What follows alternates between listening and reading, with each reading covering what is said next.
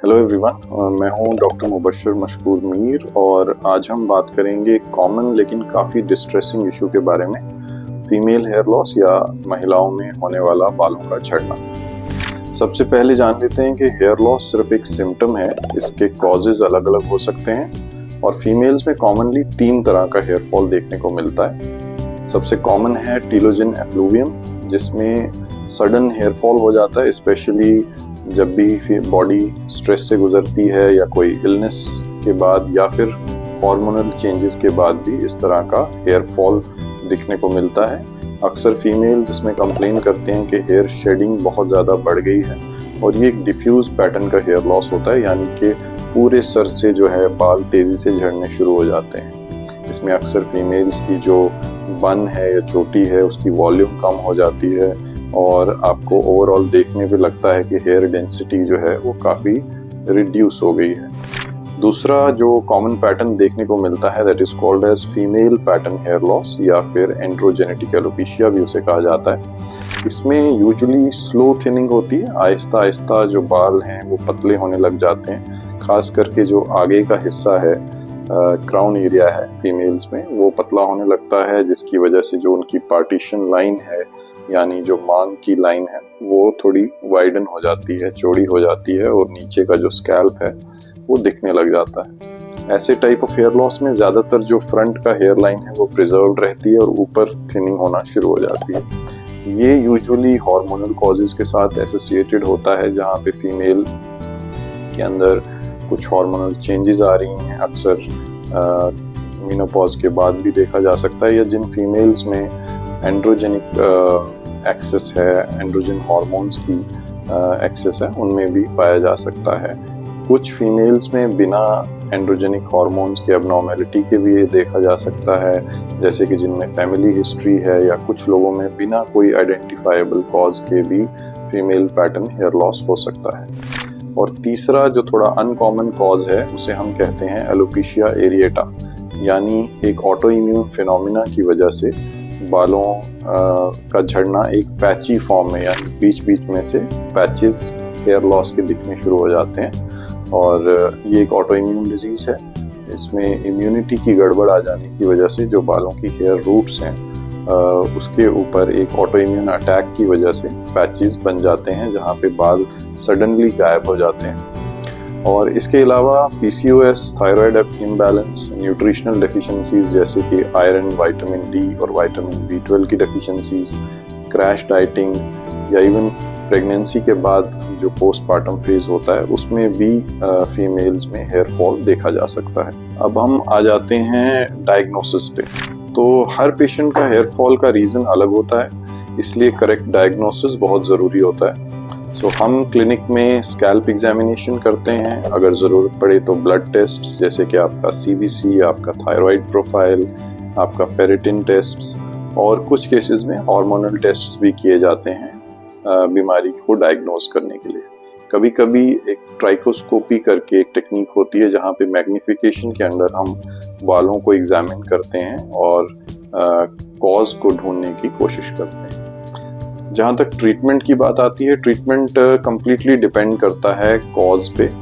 इसमें कुछ common options जो हैं, अगर हम न्यूट्रिशनल एलोपेशिया यानी किसी कमी की वजह से बालों के झड़ने को सस्पेक्ट कर रहे हैं, तो वहाँ पे जो कॉमन माइक्रोन्यूट्रिएंट्स हैं जिनकी वजह से बालों की ग्रोथ होती है, हम वो सप्लीमेंट करते हैं, जिसमें बड़े सारे माइक्रोन्यूट्रिएंट्स आ जाते हैं, जैसे कि आयरन है, बायोटिन है, विटामिन D है, विटामिन B12 है। Depending on what micronutrient deficiency we are suspecting, we can supplement those nutritional supplements. दूसरा आ जाता है टॉपिकल ट्रीटमेंट्स। इसमें बहुत सारे सिरम्स कमर्शियली अवेलेबल हैं। Minoxidil 2%, even up to 5% has been used in females.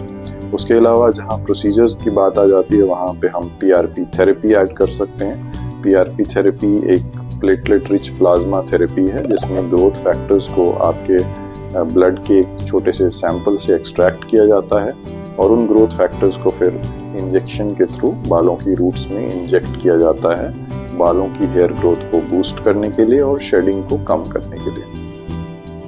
उसके अलावा लो लेवल लाइट थेरेपी जो है उसका भी यूज़ किया जाता है। बहुत सारे हेलमेट के फॉर्म में या डिवाइसेस के फॉर्म में अवेलेबल हैं इक्विपमेंट्स जहाँ पे लो लेवल लेज़र थेरेपी दी जा सकती है, और ये देखा गया है कि ये भी over a long period of time here growth को प्रमोट कर सकती है। और आखिर में जो ट्रीटमेंट आ जाता है उसे हेयर ट्रांसप्लांट कहते हैं। सिलेक्टिव केसेस ऑफ फीमेल्स जहाँ पे बहुत एडवांस्ड ग्रेड बाल्डनेस हो गई है और बाकी ट्रीटमेंट्स काम नहीं कर रहे हैं। सो इसके अलावा मैं ये भी बताना चाहूँगा कि लाइफस्टाइल चेंजेस भी बहुत इंपॉर्टेंट हैं। आपको एक बैलेंस डाइट लेनी है, आपका स्ट्रेस मैनेजमेंट करना है, और केमिकल और हीटिंग जो स्टाइलिंग है उन मेथड्स को यूजुअली अवॉइड करना चाहिए, क्योंकि वो बाल के क्यूटिकल को डैमेज कर सकते हैं और बालों को ब्रिटल बना सकते हैं, जिसकी वजह से जो बाल का टूटना है वो बढ़ जा सकता है। अब हम आ जाते हैं कुछ मिथ्स के ऊपर। सो कुछ कॉमन मिथ्स क्लियर कर लेते हैं। सबसे पहले हेयर ऑयलिंग जो है उससे हेयर फॉल बंद नहीं होता है।